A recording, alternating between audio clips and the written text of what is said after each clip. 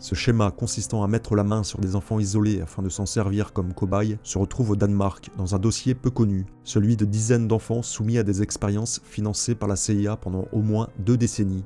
C'est le documentariste Per Wennick, l'une des 311 victimes de ces expérimentations, qui a révélé au grand public ces pratiques iniques dans son documentaire radiophonique intitulé The Search for Myself.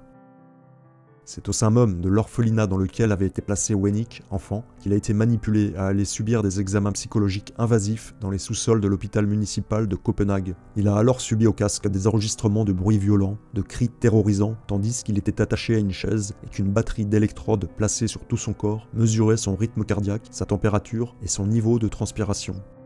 Les petits orphelins subissaient en parallèle des évaluations physiologiques et mentales approfondies. En enquêtant, Per Wennick a découvert que ce projet était le fruit du psychologue américain Zárnov Mednick, qui travaillait notamment sur la schizophrénie.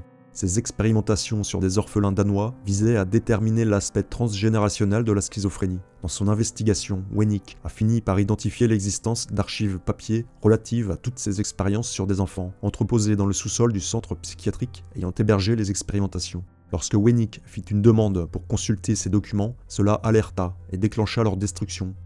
Il a été découvert que ce projet avait notamment été financé à hauteur de 21 000 $ par le Human Ecology Fund, fauné du MKUltra. Notons que le camp d'été MKUltra pour enfants rapporté par la NBC, ainsi que les expérimentations de LSD sur des enfants dits schizophrènes à New York, étaient également financés par ce même Human Ecology Fund, émanant de The Society for Investigation of Human Ecology, une des structures de façade du programme MKUltra.